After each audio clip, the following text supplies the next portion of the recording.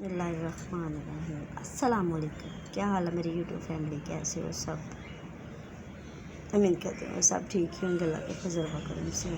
आज मैं बनाने जा रही थी एक छोटी सी रेसिपी, थोड़ी सी बस। अब देखना मैं क्या बनाने जा रही हूँ।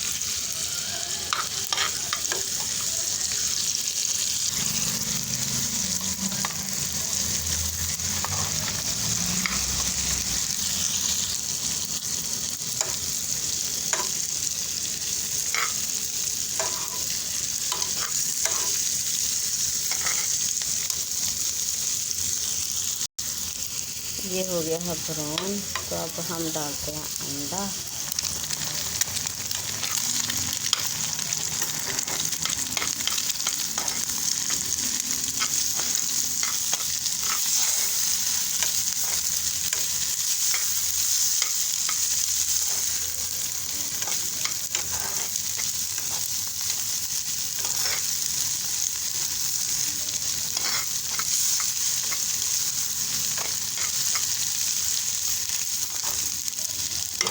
अब डालते हैं बीच में दाल।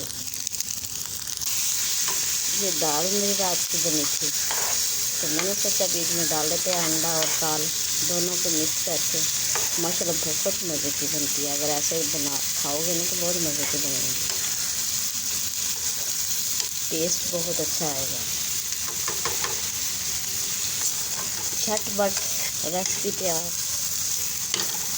अंडा दाल बन के तैयार, अंडा दाल बन के तैयार।